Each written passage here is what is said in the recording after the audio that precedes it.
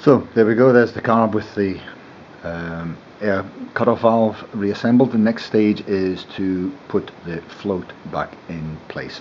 The float is a valve that sits into this port here. The fuel comes in this hole here and it comes out of there and is controlled by this little valve. You need to make sure that this valve is in good condition.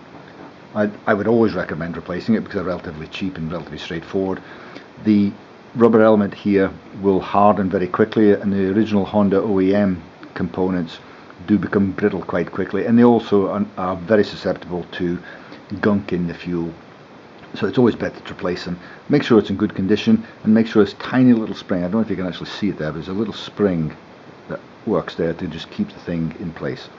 So that pops into the little port there, but before you can actually put it on, you have to slide it onto the float. So this is the float itself, and this device here makes sure that when the fuel comes in, obviously when the device is in the right orientation, when the fuel comes in, it comes through this port and out this port and into the float bowl. This makes sure that the fuel level stays about here to make sure that there's enough fuel to be sucked in through the jets, and it makes sure that it doesn't overflow. I'll talk a little bit about the safety devices that are built into the float bowl later on.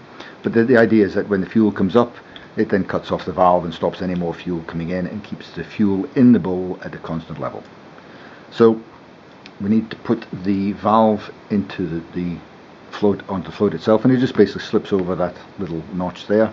If you just slide it over the notch, you pop that into the hole like that, and that's it in place. You have a pin that fits through here, and that holds the float in place, and you can see there that it's functioning quite happily. What you do need to do is you need to make sure that the float itself is of the right height. If the float is too high, if the float is too high, that will allow the fluid level in the bowl to be too high, and it could cause some problems if it goes too high and goes over the overflow port. If the float is too low and it sits down like this, then the fluid level in the bowl may not be high enough to actually work the jets properly, and you may have some slow running difficulties. So you need to measure the height of the float. And what I do is I'll hold it at about an angle. You don't want it like this and you don't want it like this. You want to hold it at an angle of about 45 degrees, and you flick the float a couple of times, and then you measure the height of the float bowl there, and you can see that is just over ½ an inch. The recommended the recommended height is it says 0.6 of an inch plus or minus 0.04, so that is within spec. So I'm quite happy with that float, that it is sitting at the right height and it is functioning correctly.